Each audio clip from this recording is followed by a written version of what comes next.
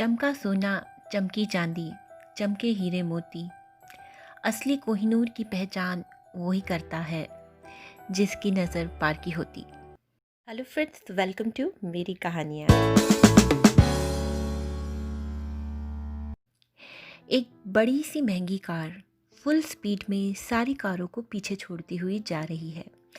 अचानक ब्रेक लगता है और एक बड़े से आलीशान बंगले के पास जाकर कार रुकती है। एक दरबान आकर कार का दरवाज़ा खोलता है। उसमें से एक सुंदर सी अमीर लड़की उतरती है और बंगले के अंदर जाकर नौकर पर रौब झाड़ती हुई बोलती है, देखो, मेरे लिए कोई पूछे फ़ोन आए तो बोल देना मैं आराम कर रही हूँ। आज क्लब में खूब डांस किया तो थक गई हूँ, डू नॉट डिस्टर्ब। ऐसा बोलकर वो अपने लग्जरीज बेडरूम में जाकर सो जाती है। अभी नींद लगी ही होती है कि जोर की कर्कश भरी आवाज़ आती है, ए संगीता, मुई कब तक सोएगी? चल जल्दी उठ, तेरे पापा को काम पे जाना है, चाय नाश्ते में मेरी मदद कर। और उसका सुंदर सा सपना टूट जाता है। संगीता के पिता की एक छोटी सी पान की दुकान थी जिससे उसके छोटे से परिवार का गुजर बसर हो जाता था। संगीता हमेशा से सोचती थी कि अमीर लड़के से शादी करेगी और एक मज़े की लाइफ जिएगी, पर ऐसा नहीं हुआ। 4 ही महीनों में उसकी एक सरकारी दफ्तर में क्लर्क कैलाश के साथ शादी होने वाली थी।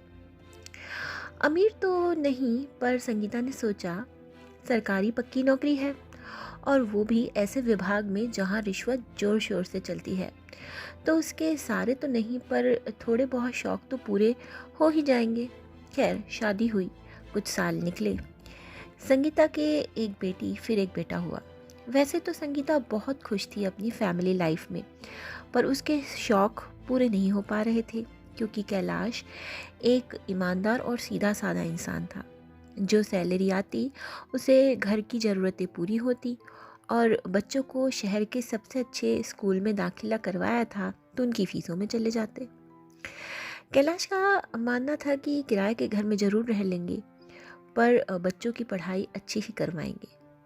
जब कभी भी संगीता को बच्चों की पेरेंट्स टीचर मीटिंग में जाना होता तो वो महंगे ब्रांडेड कपड़े और एसेसरीज लेने चाहती थी जिसके लिए उसके पास पैसे न होते। इधर उधर से उधार कर कर वो खरीद ही लेती थी। कोई भी कपड़ा या एसेसरीज रिपीट नहीं करती थी क्योंकि उसे अमीर घरों के जो बच्चे थे उनकी माओं पे रौब जो झाड़ना था। संगीता की बेटी के साथ एक लड़की पढ़ती थी। उसकी मम्मी जब कभी भी मीटिंग में आती तो हमेशा महंगी गाड़ियों में आती, कभी भी कोई कार रिपीट नहीं करती। संगीता बहुत कुढ़ती थी, सोचती थी कि यहाँ तो उसे ऑटो में आना पड़ता है, वो भी छुपते छुपाते कि कोई देख न ले। पर इस औरत की तो किस्मत देखो।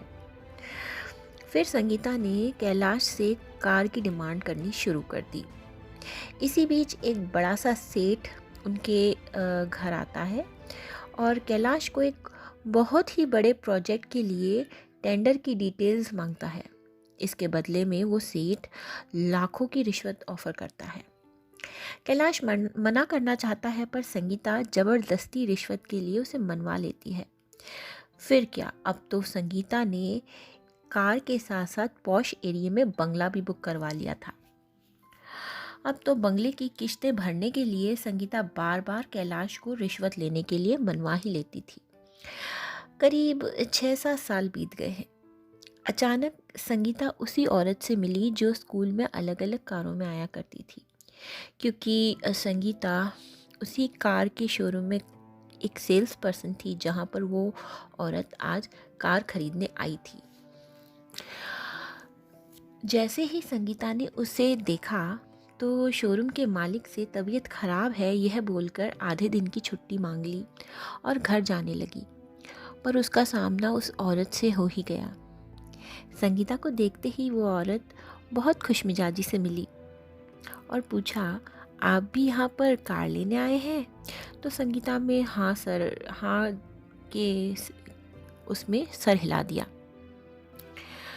फिर उस औरत जिसे संगीता कविता कहकर संबोधित कर रही थी, उसने पूछा कि क्या हो गया। मेरी बेटी बता रही थी कि आपके दोनों बच्चे आधे ही साल में अचानक स्कूल छोड़कर चले गए।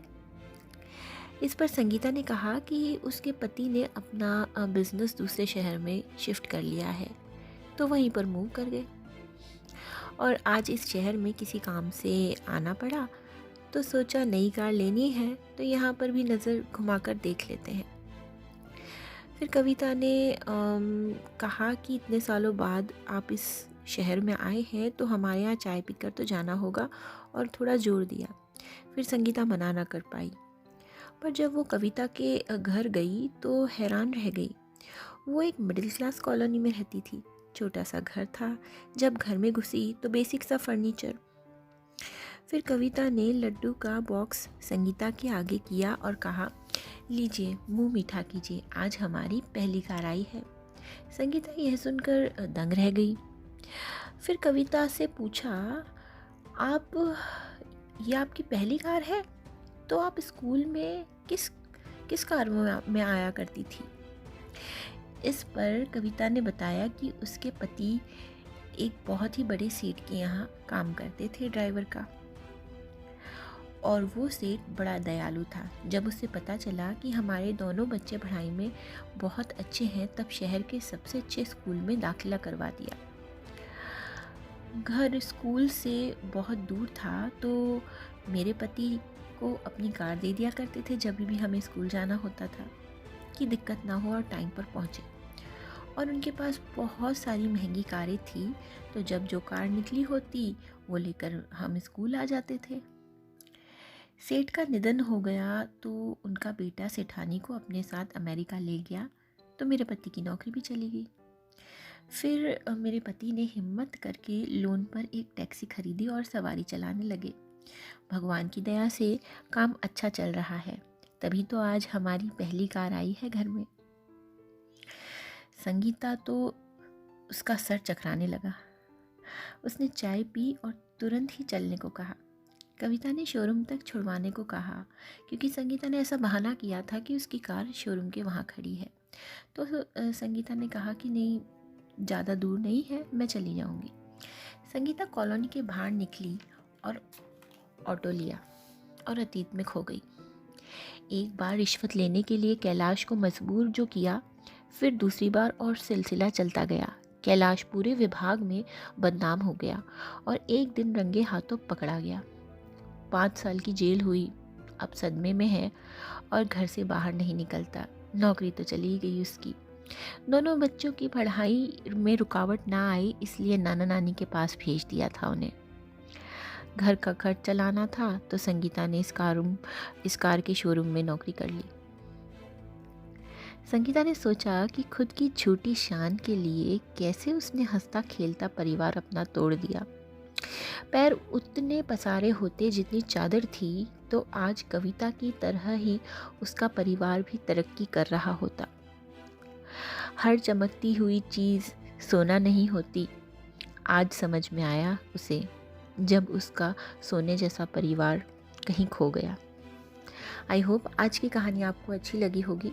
नई कहानी के साथ जल्द ही मिलूंगी। तब तक के लिए अच्छा सोचिए, सच्चा सोचिए। आते रहिए, सुनते रहिए मेरी कहानियाँ। धन्यवाद।